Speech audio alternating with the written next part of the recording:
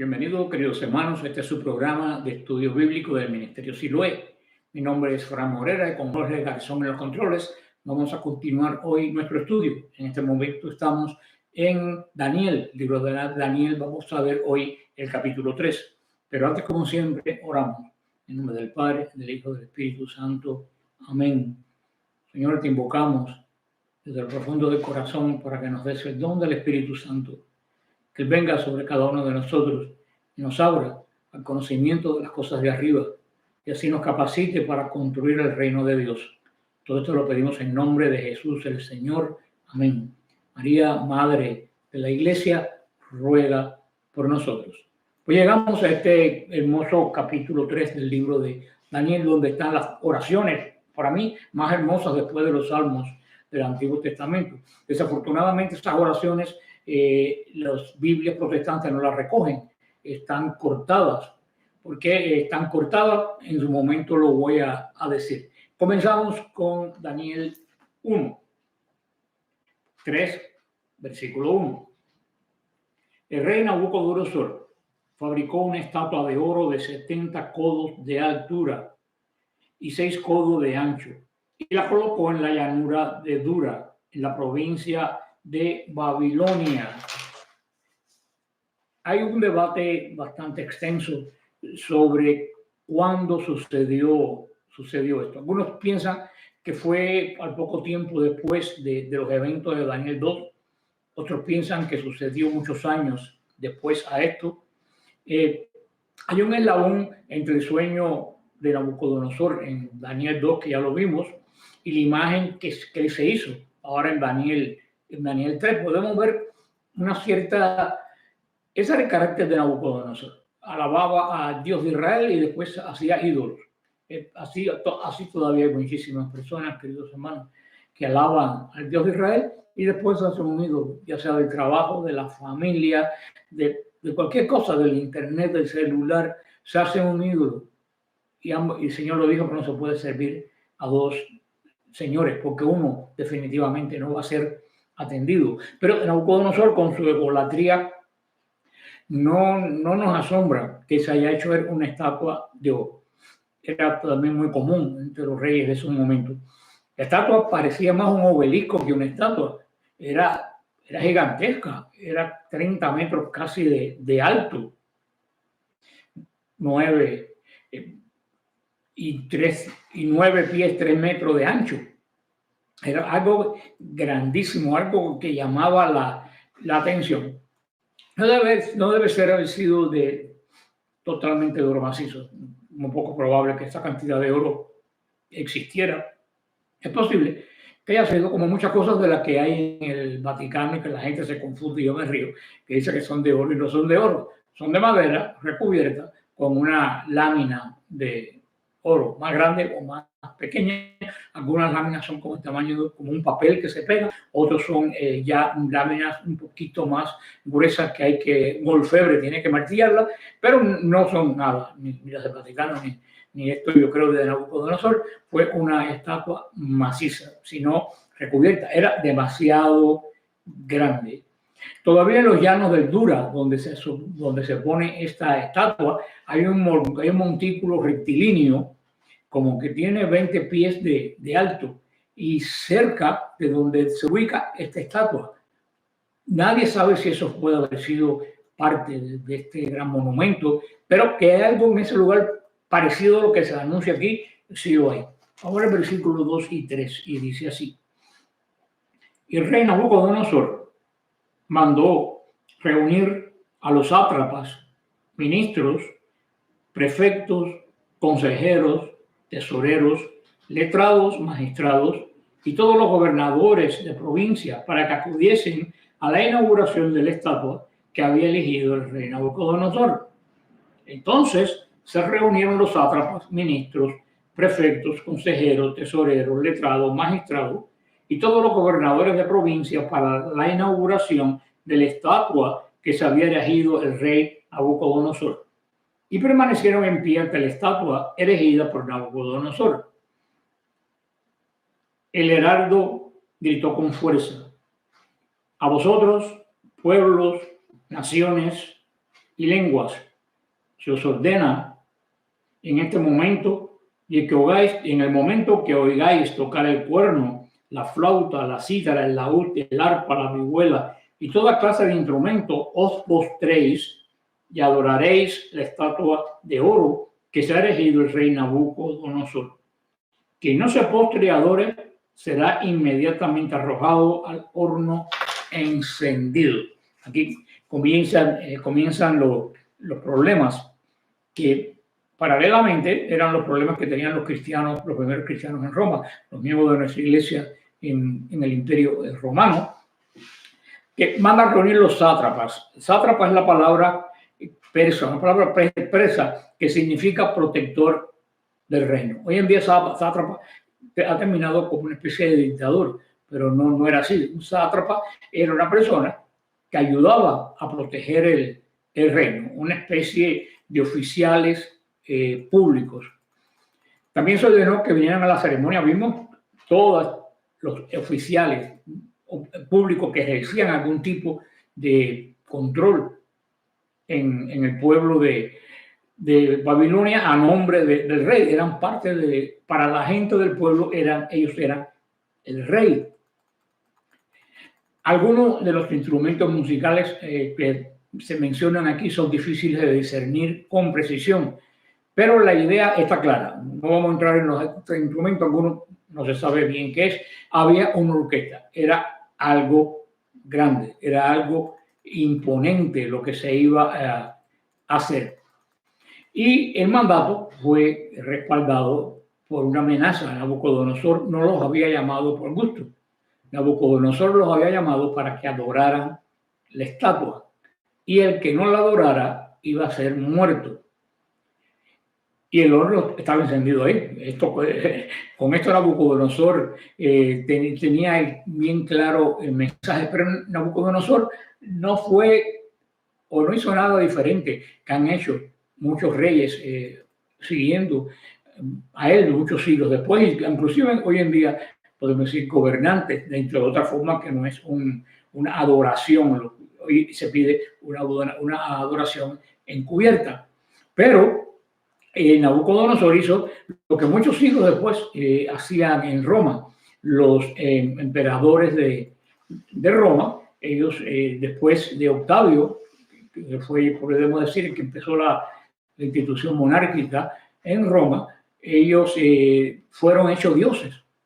A Octavio se le llamaba el divino, se le llamaba inclusive títulos que eran de Cristo, el Redentor del mundo, el Salvador. Le decían el príncipe de la paz a Octavio. Mira cómo el demonio confunde a la gente, como lo sigue confundiendo hoy.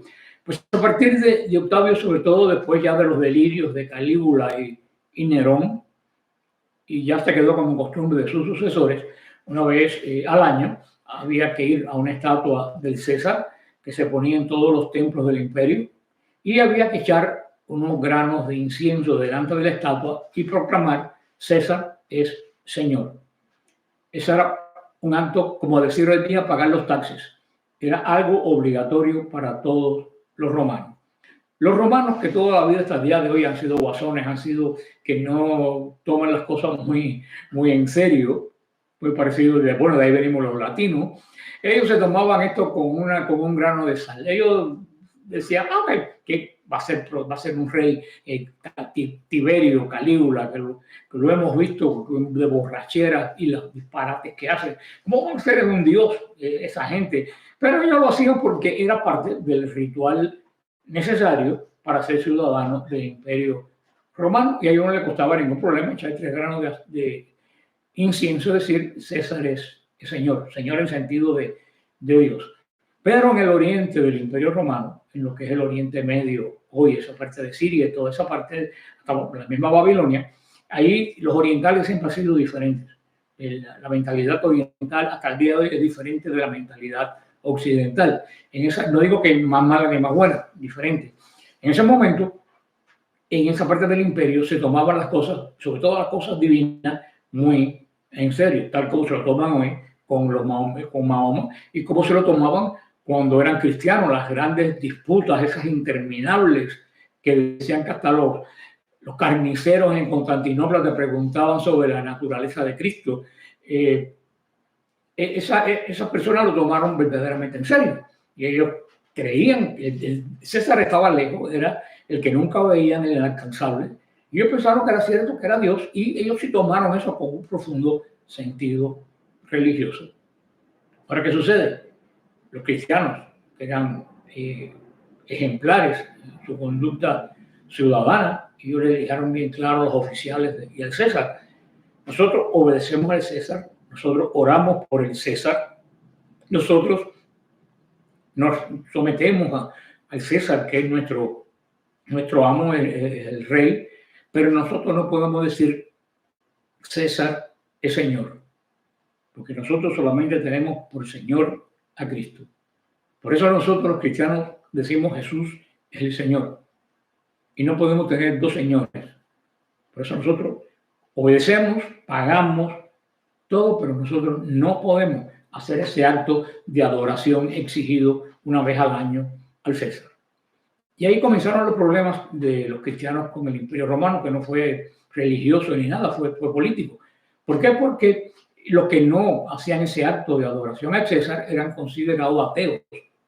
No creían en el César, imagínate, a la divinidad mayor en ese momento. Y eran considerados apátridas, eran considerados que no eran buenos ciudadanos, eran considerados traidores. Y por eso el Imperio Romano, los Césares, querían obligar a los cristianos a ir delante del Estado una vez al año, echar el incienso y decir César es Señor. Y ahí comenzaron a irlos a buscar, a obligarlos, y ahí comenzó, igual que hizo Nabucodonosor, es lo mismo, el horno de fuego. Ahí comenzó el gran martirio de los cristianos, que duró 300 años, que verdaderamente nuestra iglesia está cimentada en la sangre de esos mártires. Por supuesto, primero la sangre de Jesucristo, si no, no hubiera iglesia, pero nuestra iglesia católica está cimentada. Y por eso, como mucha gente lo sabe, antiguamente el Papa, hasta Benedicto lo usó, llevaba zapatos rojos. Y la gente pensaba que era un distintivo de realeza o de algo. No, los papas llevaban zapatos rojos porque simbolizaban la sangre de los mártires de Roma. Era, quería decir, la iglesia, la base de la iglesia era la sangre de estos mártires. Antes y ahora, en estos siglos ha habido más, en este siglo XXI ha habido más mártires que posiblemente los 300 años primero de la iglesia. Las cifras son espeluznantes, son de millones que ha habido, que terminado en guerras por ser cristianos. Eran guerras, pero eran guerras religiosas, las de ISIS, todas estas cosas, las que hubo en Timor, que hubieron unas matanzas horribles de miles de cristianos hasta el día de hoy. Por eso, desde la antigüedad se dice que la sangre de los mártires es semilla de cristianos, porque mientras más nos persiguen, más cristianos nacen. Pasa igualmente en la iglesia hoy, con tantos problemas que tiene la iglesia hoy, que tiene un catálogo de problemas. Cada día hay más asombro de la cantidad de personas que se convierten a la iglesia católica. Y no solo personas del diario, sino personas del arte, personas de la política aquí en Estados Unidos. Ha habido el año pasado 3 o 4 conversiones sonadas de grandes políticos que han sido bautizados en la iglesia católica. Actualmente el vicepresidente que comienza ahora en enero, Vance, él hace 4 años que él se acercó a la iglesia. Él tuvo un camino largo buscando de Dios y él se dio cuenta que la iglesia católica era la iglesia verdadera. Hace solamente 4 años que se bautizó él y toda su familia. Y es un católico devoto, muy, muy devoto.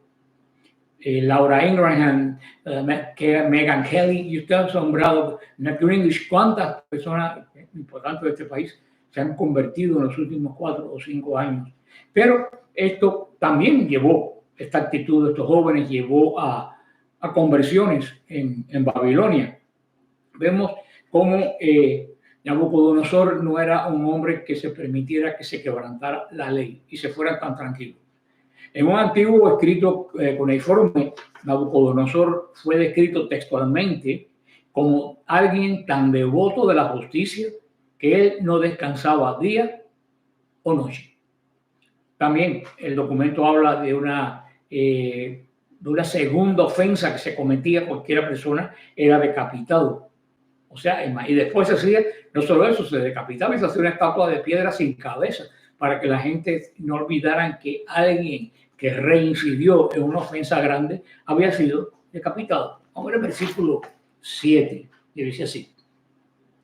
Según esto, en el momento en que todos los pueblos oyeron el sonido del cuerno, la flauta, la cítara, el laúd, el arpa, la vihuela y toda clase de instrumentos, todos los pueblos, naciones y lenguas se postraron y adoraron la estatua de oro erigida por Nabucodonosor. La gran idolatría de Nabucodonosor iba acompañada con música. Y me imagino que música bien ejecutada. Esto nos recuerda verdaderamente el poder que tiene la música, tanto para el bien como para el mal. Tanto el poder que tiene para adorar a Dios, como una mala música puede destruir una liturgia. No digo que invalida la Eucaristía, pero destruye la parte cultural, la parte litúrgica, como una música de esta rock, de metal desenfrenado, puede llevar a personas a estado de tener una posesión que conozco yo en casos muy cercanos, demoníaca. La música tiene toda la vida un gran poder, tanto para el bien como para el mal.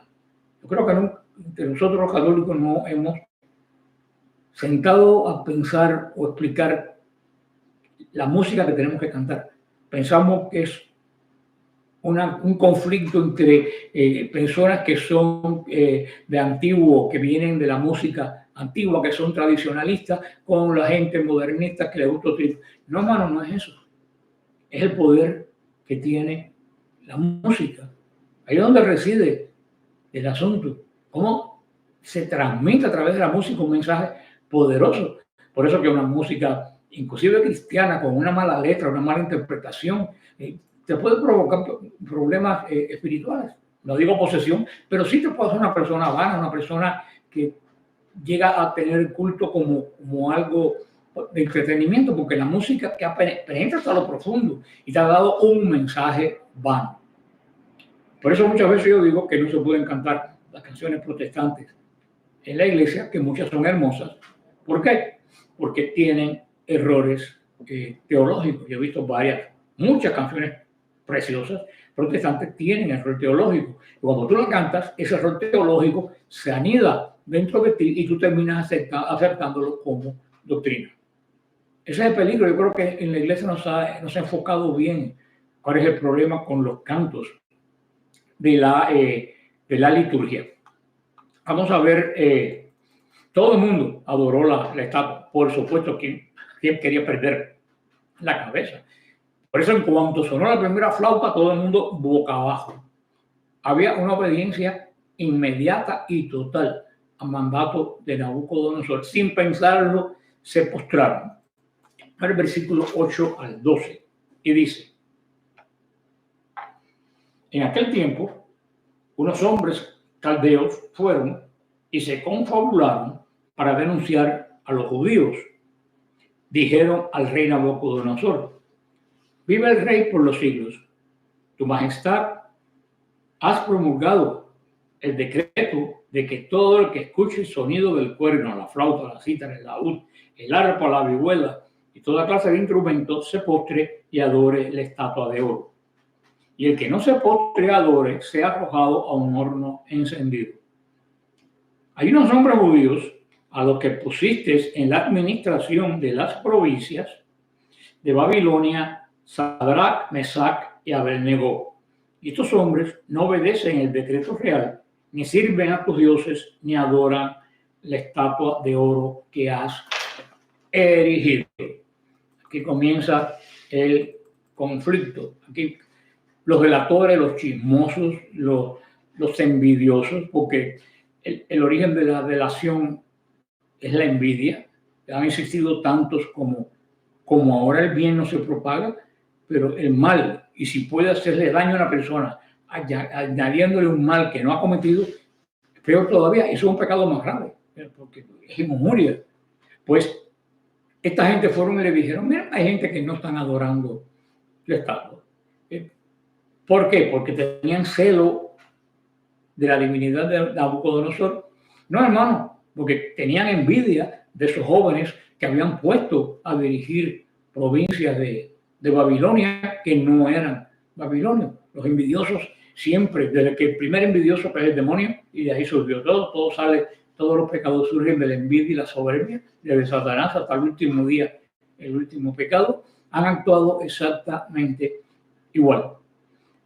Esta estatua a nosotros hoy nos parece un poco anticuado, pero no, hermano, hay dictaduras como la de Corea del Norte, que esto es real, que se han hecho estatuas casi de dioses, de sus gobernantes, y la gente prácticamente le rinde un homenaje de adoración.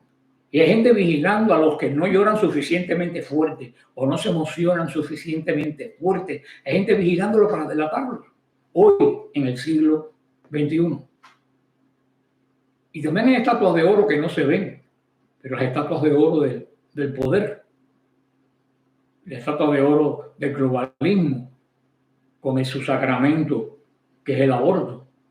¿Cuántos lo adoran? Eso es muy grave. Fíjate que nuestro sacramento, el centro de nuestra fe, son las palabras de Jesús. Esto es mi cuerpo. ¿Cuál es el sacramento del aborto también? Esto es mi cuerpo. Pero en sentido contrario a lo de Jesús. Jesús da su cuerpo por vida.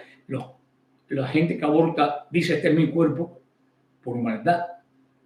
Y este tiene que ser el sacramento diabólico del globalismo, el aborto. Y muchos de esos infelices que lo dicen no tienen la menor idea de qué cosa es lo que están diciendo y lo oscuro y lo negro que está detrás de esto.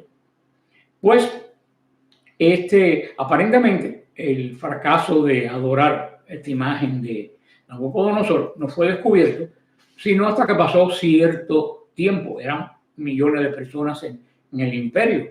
Eso se hacía en todas las ciudades, pero muchas cosas no llegaban al gobierno central, hasta que los mismos que hablamos, pues acusaron a estos jóvenes de idolatría al revés.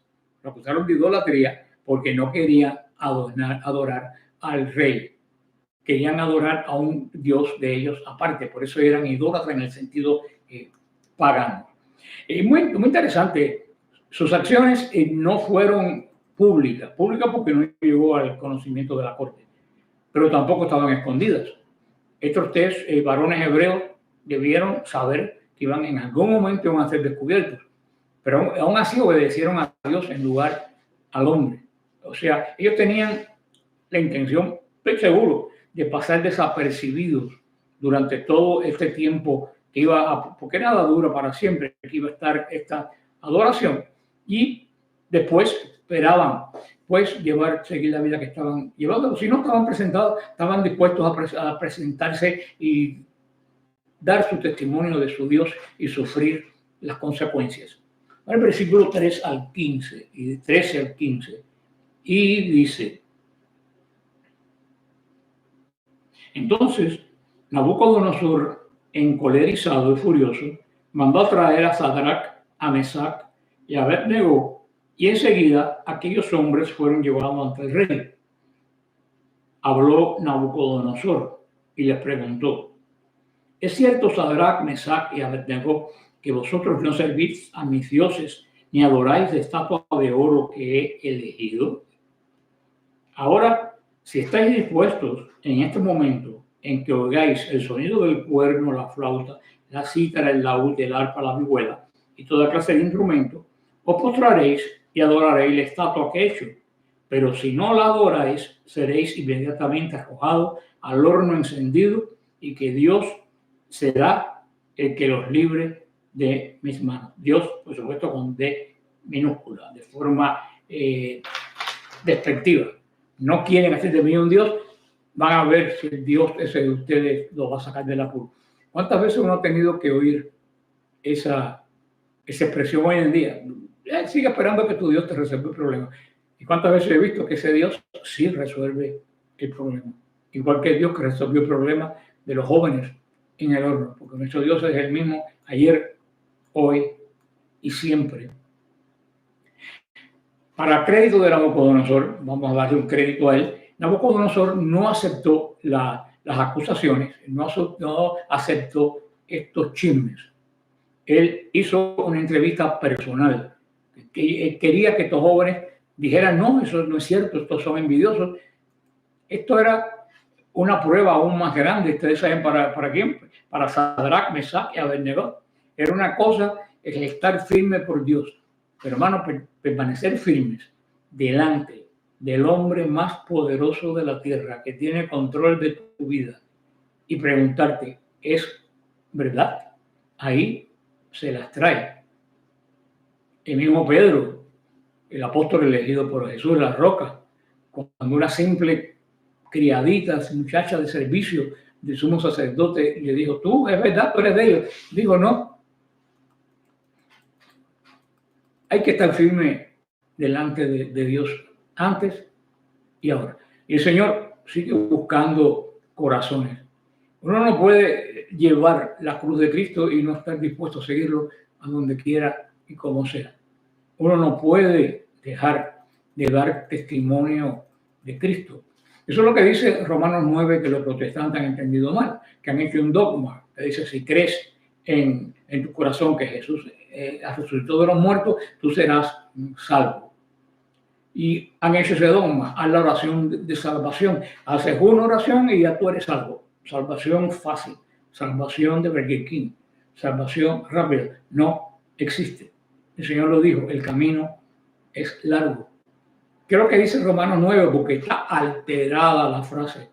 No dice sí, reprograma, no dice sí en el sentido futuro. O sea, que cambia totalmente la cosa. Si en el futuro proclamáis, tú debes proclamar en el futuro siempre que Jesús es el Señor, y eso te va a llevar a la salvación. Y eso es lo que tenemos que hacer todos los cristianos. Y por supuesto que nosotros lo hacemos. Dar testimonio continuamente en el Señor Jesús, en un mundo que se ha convertido prácticamente en un horno ardiente, porque vivimos entre llamas, entre leones. Y eso es lo que dice San Pablo. No sé si crees que es en presente, si creyerais, es lo que dice exactamente, si creyerais, eso cambia, esta palabra cambia la cosa, lo extiende no a una orden, sino a un deseo. Y la música comenzó a sonar, la música que a veces que ablanda los corazones.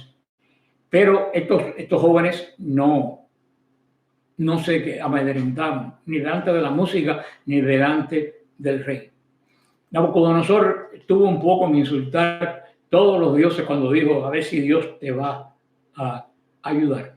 Y vamos a ver cómo este Dios sí va a ayudar. Ahora el versículo 16 al 18. Y dice, Sadrach, Mesach y Abednego contestaron al rey Nabucodonosor diciendo, nosotros no necesitamos darte respuesta sobre esto. Si existe nuestro Dios al que adoramos, Él puede librarnos del horno encendido, y Él nos librará, oh rey, de tus manos. Y si no lo hiciera, que te conste, majestad, que nosotros ni servimos a tus dioses, ni adoramos la estatua de oro que has elegido. Tremenda respuesta de estos jóvenes, que debe servirnos. No solo estos jóvenes han sido la respuesta de todos los mártires de nuestra fe, de nuestra iglesia, antes y ahora. No tenemos que responderte. Ellos no tenían necesidad de defenderse. No decir, mira, es que yo no. Ellos fueron radicales, como Cristo nos pide que seamos en el día de hoy.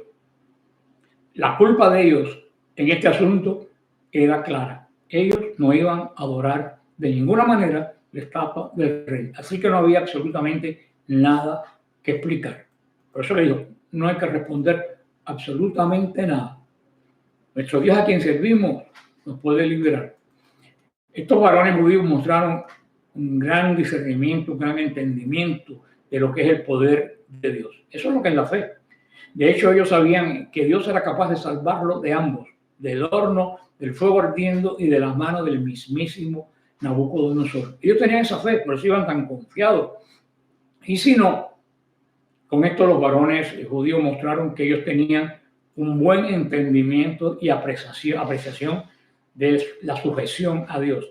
Ellos sabían del poder de Dios, pero ellos también sabían que ellos debían de hacer lo que era correcto, aun cuando Dios no hiciera exactamente lo que ellos esperaban o creían que Él podía hacer. Estos eran hombres que, ante todo, tenían un sentido grave de lo que es la fidelidad. Hoy en día, yo digo muchas veces que no es tanto la fe lo que está en crisis, sino la fidelidad. Hoy en día hay una crisis total de fidelidad, desde arriba hasta abajo, desde el sacerdocio hasta el matrimonio. Los problemas del sacerdocio y del matrimonio no lo buscan por otro lado, es sencillamente falta de fidelidad, falta de sentido de fidelidad. Esto lo deja claro, sepa que no vamos a adorar ni a tu estatua ni a tus dioses. Hay que tener una gran fe para decir esto. Estos hombres permanecieron firmes cuando los fueron rescatados de comer la comida impura. ¿Se recuerdan a cuando aquello que pasó al principio, que tenían que comer esta comida? Ellos fueron rescatados por Dios de una forma que no esperaban. La obediencia dio resultado. Y ellos esperan en obediencia que esto va a dar resultado. Y Dios, muchos de nosotros fracasamos porque no tenemos obediencia. Que cuando llega la prueba de fe grande para nosotros, como le llegó a estos jóvenes, nos llega de otra forma diferente. Muchas veces no tenemos la obediencia ni la fidelidad de seguir a Dios. Y por eso, sencillamente, que Dios hoy en día muchas veces no actúa. Ellos pudieran haber dado montones de excusas. Entonces, si estamos en un ambiente diferente, todo lo que tú estás, podrías haberle tratado de convencer, lo que tú estás haciendo es injusto. Me alegro de que estos tres jóvenes no hayan tenido cuidado para contestar lo que Nabucodonosor quería. Lo que yo le digo, no estamos atentos a responderte.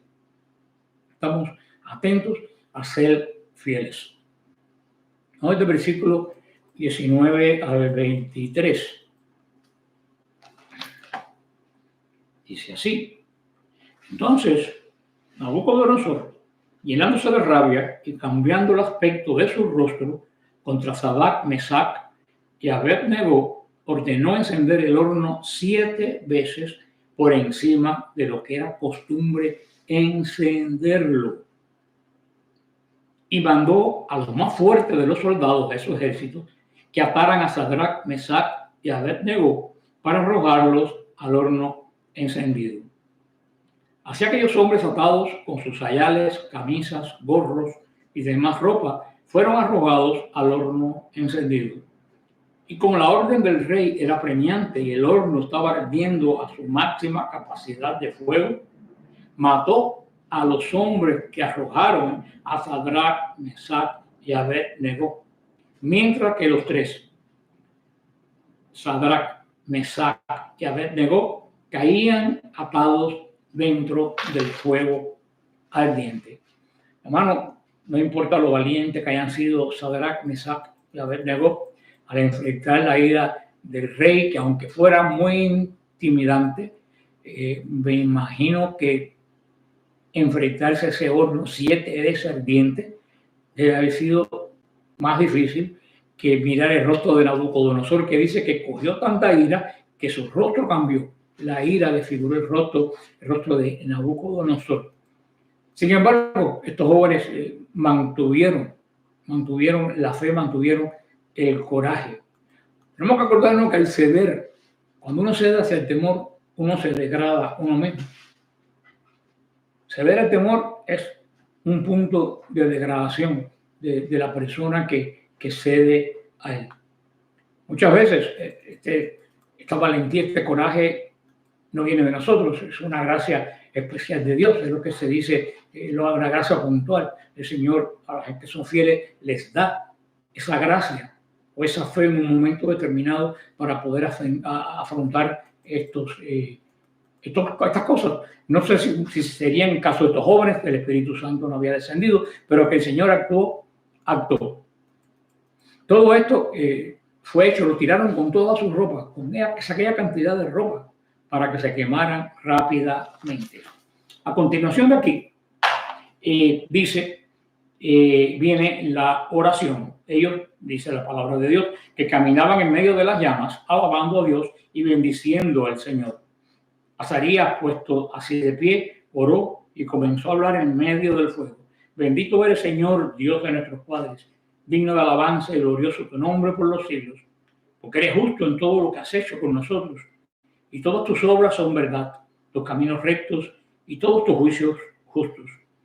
Has ejecutado sentencias justas en todo lo que has hecho caer sobre nosotros y sobre la ciudad santa de Jerusalén, nuestros padres, porque con verdad y justicia has hecho todo esto. A causa de nuestros pecados, porque hemos pecado y cometimos iniquidad apartándonos de ti. Hemos pecado en todo y no hemos obedecido tus mandatos, ni los hemos guardado ni puesto en práctica como nos ordenaste. Aquí comienza esta larga oración de los jóvenes.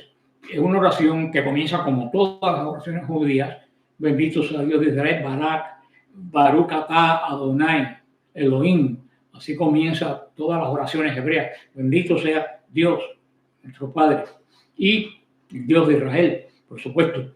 Y ellos comenzaron la forma judía. Aquí ellos hacen una confesión total de sus pecados. En vez de lamentarse, en vez de dar grito, en vez de decir estamos sanos, sáquenos de aquí, ellos comenzaron a confesar sus pecados. No solo sus pecados, confesaron los pecados de sus padres, los pecados que los llevó a Babilonia y que los puso en esta situación. Por eso dice en el versículo 34, no nos desampares para siempre, por honor de tu nombre, y no rompas tu pacto, ni apartes de nosotros tu misericordia, por Abraham tu amigo, por Isaac tu siervo, por Israel tu consagrado, a quien prometiste multiplicar su descendencia como las estrellas del cielo. Fíjate aquí como ellos, después que hacen confesión de sus pecados, le recuerdan a Dios que Él tiene un pacto con ellos. Le dice, tú hiciste un pacto con nuestros padres. Y les recuerda, tú hiciste un pacto con Abraham, con Isaac, con Jacob. O sea, se lo dice, no lo hiciste con nosotros, lo hiciste con ellos. Nosotros nos hemos salido voluntariamente de ese pacto y por eso nos ha caído todo encima. Pero nosotros te pedimos por el amor que le tienes a esas tres personas. Te pedimos que salves a tu pueblo y a nosotros de esta situación.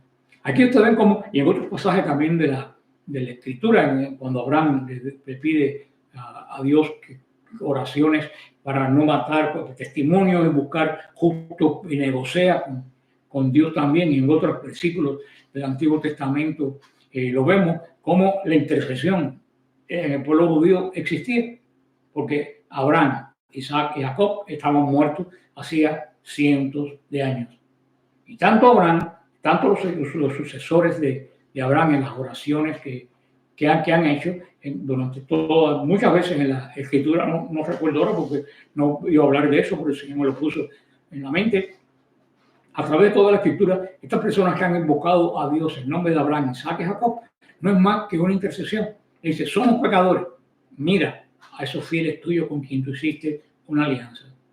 Eso es lo que es lo que nosotros llamamos los santos. Señor, somos pecadores, pero mira a esos hermanos que vivieron la fe dedicado en una completa obediencia a ti. No lo hagas por nosotros, hazlo por estos nuestros hermanos.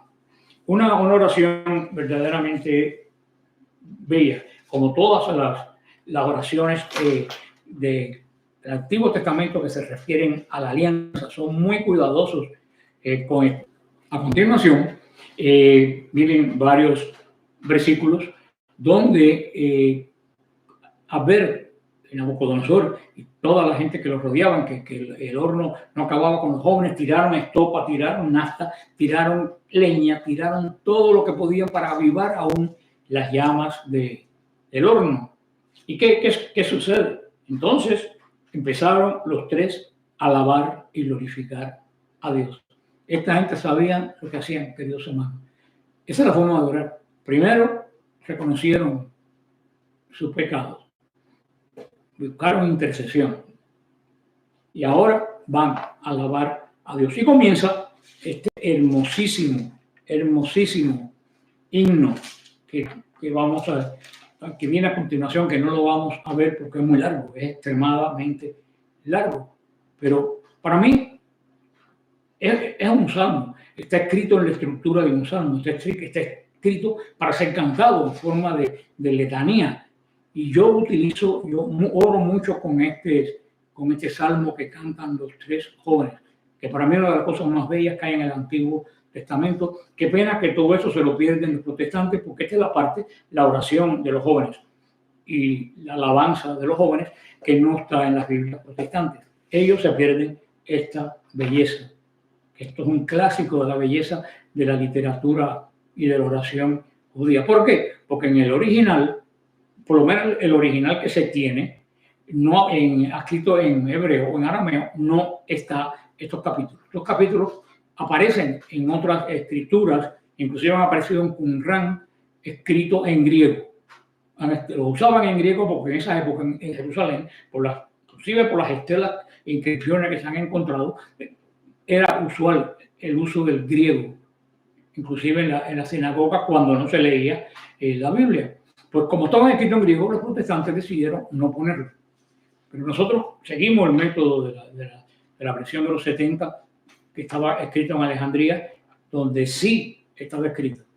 Ellos siguen el método de Lutero, que quitó los libros haciéndole caso al Sanedrín judío, que los quitó en el siglo I, sin darse cuenta que ese Sanedrín que quitó estos libros, que ellos llaman apócrifos, fueron los mismos que se equivocaron y mataron a Jesús. Pero Lutero sigue el criterio de esa gente que se equivocaron y mataron al Mesías. Nosotros seguimos el criterio de los sabios de Alejandría, que si está puesto aquí es porque tiene que estar puesto acá. Además, esto no tiene ningún conflicto ni siquiera de teología, es oraciones y oraciones hermosas.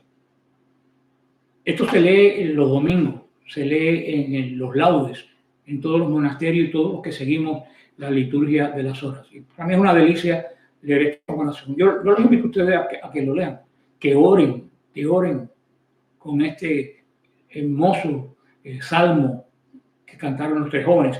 Solamente voy a leer un pedazo. Comienza como siempre, como todo, Baruch atah Adonai.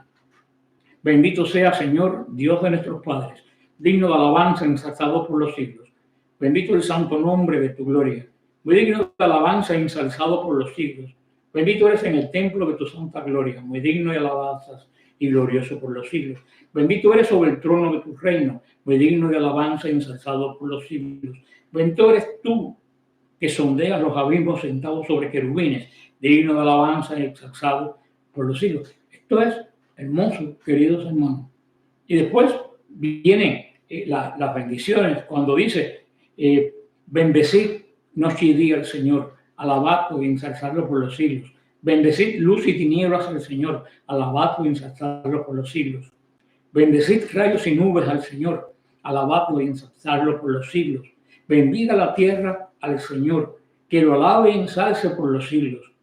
Bendecid montes y cumbres al Señor, alabadlo y ensalzadlo por los siglos. Bendecid manantiales, bendecid mares, y así algo bello. San Francisco, en su gran himno del cántico de la creación, por supuesto que se inspiró en el cántico de los tres jóvenes. Por eso es que es tan hermoso este versículo. Terminado este canto, que lleva varias páginas, y que les vuelvo a decir, les pido por favor que lean en oración esta semana este salmo. Como es tan largo, lo pueden dividir durante toda la semana, lean un pedazo de este hermoso himno y mediten. Para mí es una de las oraciones de alabanza y de bendición a Dios más hermosas que existen. Inclusive para mí, opinión personal, más hermosa que todos los 150 salmos del Salterio.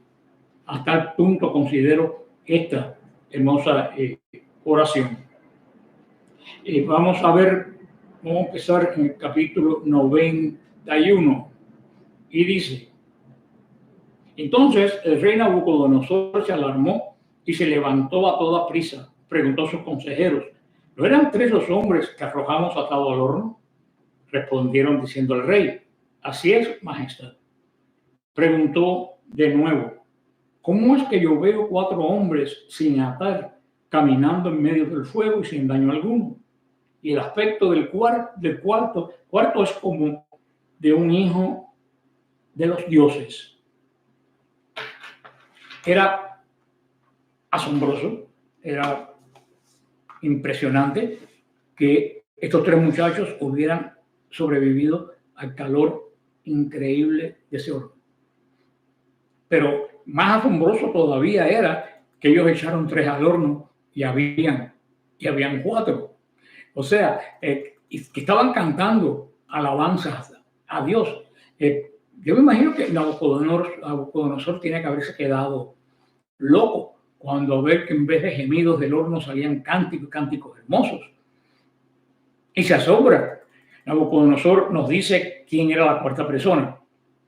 Dice: es hijo de los dioses.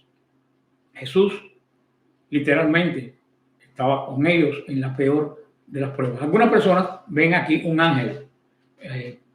Otras personas, los antiguos padres de la iglesia, piensan que es la 2ª persona de la Santísima Trinidad, que no estaba encarnado, que era espíritu, y que por eso Nabucodonosor lo menciona como hijo de los dioses, como el hijo de Dios. También ese título se le aplicaba a los ángeles. En realidad, yo me inclino a pensar que era un ángel, un querubín que solo estaba encargado de alabar a Dios, y estaba en medio de ellos cantando, que también le llamaban a los ángeles, hijo de los dioses, y que Nabucodonosor lo sintió, lo vio, descubrió que había algo ahí verdaderamente que no era lo que se esperaba. Estaba consciente de la actuación de Dios en medio de estos jóvenes. El Señor cambió los lamentos en cánticos, hermano. Y si tú estás en algún horno de fuego en este momento, hay muchas personas en hornos de fuego en este momento, y más caliente de Nabucodonosor, alaba a Dios. Primero, sé obediente. Después, ser fiel. Y tercero, alaba a Dios en medio de tus dificultades. No espera que pasen para alabarlo. Nunca va a haber un milagro. Alábalo en medio de esta dificultad. Como dice San Pablo, cuando ya todo se hizo, alaba a Dios, porque el milagro está al regresar. Yo sé que es difícil. ¿Ustedes creen que fue fácil estos jóvenes en ese horror que estaban metidos a alabar a Dios y no tener miedo que en algún momento se empezaran a quemar? Vemos que Dios, si no manda a alguien que esté con nosotros en los hornos que podemos pasar en la vida. Y hay varios tipos de hornos, yo diría 3. Hay hornos que el hombre se prepara uno mismo.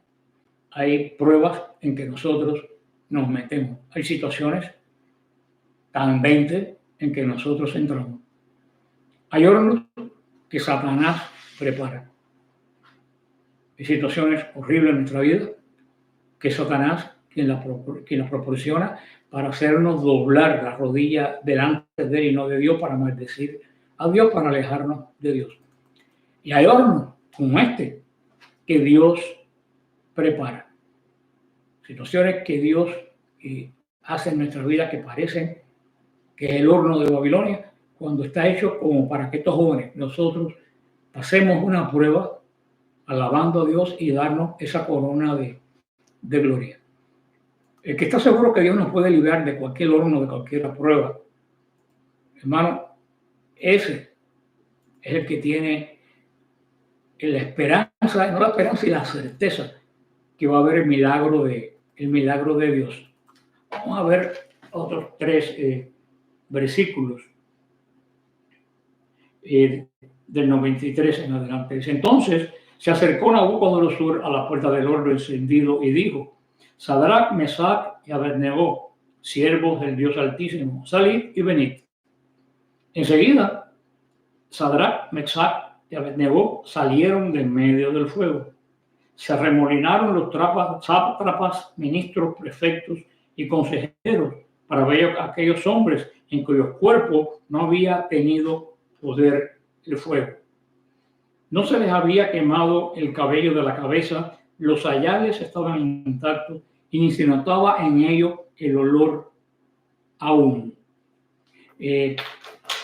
Antes de que salieran del horno, Nabucodonosor reconoció, mucho antes, que estos eran 3 verdaderos servidores de Dios. Y en su fuero interno tiene que haber dicho, si estos hombres son leales hacia su Dios, también deben ser así leales a mí. Porque lo digo, señores, que no es de fiar en lo pequeño, no es de fiar en lo grande. Si tú eres fiel en lo pequeño, tú vas a ser fiel en lo grande. Si tú ves a alguien que ha sido fiel en lo grande, es una persona que va a ser fiel siempre y en todo momento a toda persona, mientras no lo lleve al pecado o el apartamiento de Dios. La prueba no tuvo poder alguno sobre estos 3 muchachos, porque ellos estaban sometidos al poder y la voluntad de Dios. Ni siquiera dice que olían a fuego. Esto demuestra la completa liberación. Cuando el Señor actúa y nosotros seguimos este patrón, hermano, lo hace totalmente. Ni olor a fuego del horno que tú estás viviendo, ni el recuerdo de ese fuego, ni el olor de ese fuego tú lo vas a recordar después. Todo esto ilustra quizás como estoy viendo un tipo de futuro para todo el resto de los cristianos. Nabucodonosor podemos decir que es como el anticristo, quien fuerza a todo el mundo a adorar algo que no es Dios antes, ahora y mañana. Y más todas las idolatrías de los artistas de Hollywood, de el horno, el fuego ardiendo, aquellas pruebas que nosotros tenemos que pasar o para ser purificados o para dar testimonio de la gloria de Dios o metiéndome yo dentro de ellos. Al final, que los que ejecutan todas estas obras en contra de los servidores de Dios van a terminar. El Señor lo va a destruir con el aliento de su boca. Aquel Dios ausente, aquel Dios misterioso que Nabucodonosor no sabía quién era, lo salvó. Porque el Dios que veían era metal, no servía para nada. El Dios que no veían es donde la fe actuaba, es donde Dios actuaba en medio de esa fe. Vamos a ver los resultados de todo esto y vamos a ver el versículo 29 en adelante. Y dice así: Nabucodonosor tomó la palabra y dijo: bendito sea el Dios de Sadrach, Mesach y Abednego, que ha enviado a sus ángeles a salvar a sus siervos que confiaron en él. Desobedecieron el decreto real y entregaron sus cuerpos, y que no veneraron ni adoraron a ningún otro Dios que a su Dios. Promulgó el decreto de que quien de cualquier pueblo, nación o lengua diga blasfemia contra el Dios de Sadrach, Mesach y Abednego sea descuartizado y su casa convertida en ruinas, porque no existe otro Dios que pueda salvar como este. Después el rey hizo prosperar a Sadrach, Mesach y Abednego en la provincia de Babilonia.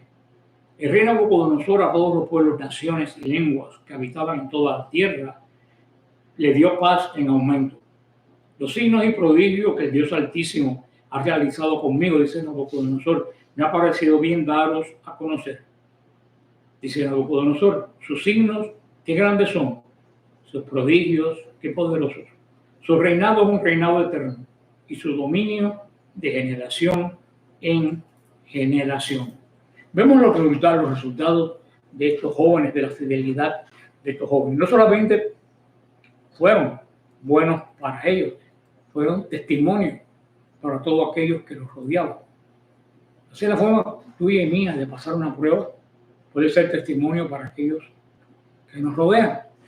Una anécdota, me acuerdo una vez, hace muchos años, en el grupo de oración, me escribía un muchacho que estaba en la cárcel, de unos 20 años, y él entabló conmigo relaciones por carta, me estuvo contando su problema, que él era inocente, que él estaba en casa de una novia que él tenía y no sabía que esa novia estaba aliada con traficantes de drogas.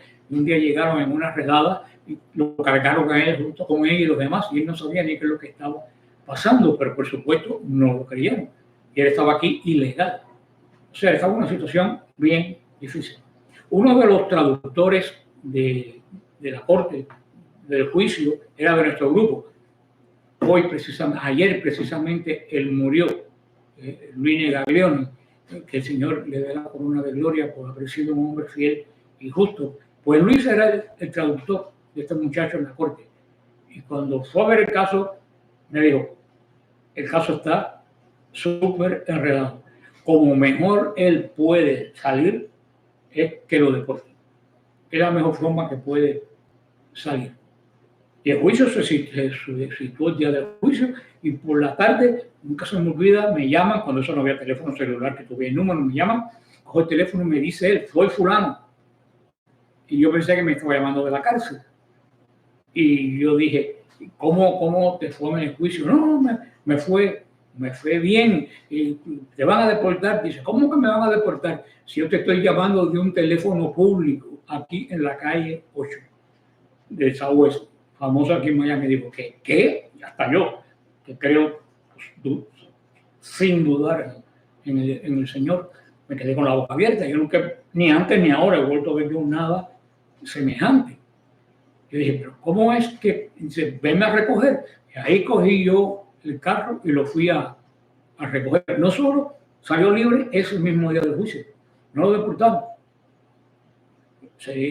Pasó los procesos, se casó con una muchacha de nacionalidad americana. Hace par de años se me apareció en el grupo, tiene como 8 o 9 hijos. Yo dije que formó una parroquia y sigue, hasta el día de hoy, sigue siendo fiel al Señor. ¿Por qué le digo esto? Porque lo que me ha contado, dice que durante todos los días del proceso en la cárcel del juicio, él que la pasaba el tiempo rezando el rosario, leyendo la Biblia y rezando el rosario. Y todos los presos le decían, sí, sigue rezando y cree que Dios te va a sacar de esto. Yo decía, Él me va a sacar porque yo soy inocente. Y se rieron de él y después andaban locos investigando qué es lo que él hizo para salir de la cárcel. Eso se lo pongo porque este hombre estaba en un horno, en una cárcel de las peores de Miami. Y en el medio del horno, él la pasó como estos jóvenes, alabando a Dios. Y no solo él vio el milagro, todos los que lo rodearon empezaron a investigar quién era ese Dios o qué oración él hacía, que Dios escuchó, que Dios liberó. Por eso que le digo que las situaciones cambian, pero siguen siendo exactamente porque nuestro Dios es el mismo. Nabucodonosor se acercó a Dios y él vio que él es el Dios de los hebreos, a este que le oraban estos 3 muchachos, el Dios que él negó. Vio que eres el Dios que enviaba un Salvador, envió a su ángel. Es el Dios del gran poder, libró a sus siervos. Es el Dios digno de confianza, ayuda a aquellos que confían en Él. Es el Dios digno de completa sumisión. No se sometieron al rey, se sometieron a su Dios, inclusive entregando su cuerpo. Es el Dios que demanda una lealtad exclusiva, antes que servir y adorar a otro Dios. No existe, que no existe. No se puede adorar a otro Dios, el Señor, ni siquiera tener la tentación de hacerlo, ni siquiera que parezca que lo vas a hacer. Tienes que servir, nuestro Dios es exclusivo. Volviendo a la antigua Roma, a muchos cristianos que eran los que los rodeaban, sabían que eran buenos ciudadanos, que eran buenas personas, les decían, pero ¿por qué no vas y echas el incienso, 3 granos de incienso, y dice César el Señor, sabiendo en tu corazón que César no es Señor, que eso es una pantomima? Así también se lo dijeron a uno de los grandes padres de la iglesia, también de los padres apostólicos, se lo dijeron, dale honor al César, olvídate del asunto, gran Policarpo, olvídate del asunto. Y él dijo, he pasado 80 años sirviendo a este Dios, ¿por qué yo le voy a quitar la honra a este Dios? Porque deshonrándome yo, deshonro al Dios que sirvo. Nuestro Dios es totalmente exclusivo. No se puede servir a Dios 12, ni siquiera se puede dar a aparentar que tú sirves a otro Dios. Porque así como los jóvenes dieron testimonio de salvación, tu testimonio puede ser de perdición para otras personas que ven a un cristiano adorando a otro Dios junto con el mismo Dios, que adoran a Dios el domingo y el resto de la semana adoran, no voy a decir el nombre, sabe Dios a quién. Lo único que puedo hacer es pedirle al Señor que les dé a ustedes el mismo corazón que les dio a estos 3 jóvenes en Babilonia. Que aún en medio del horno puedan alabar a Dios y salgan viendo poder y la gloria de Dios y dando testimonio a Él. No se olviden de leer y meditar este salmo de alabanza que les acabamos de leer. Que el Señor los bendiga, los guarde a todos ustedes. Manténganse en la roca, que aquí está la promesa de que las puertas del infierno no prevalecerán. Amén.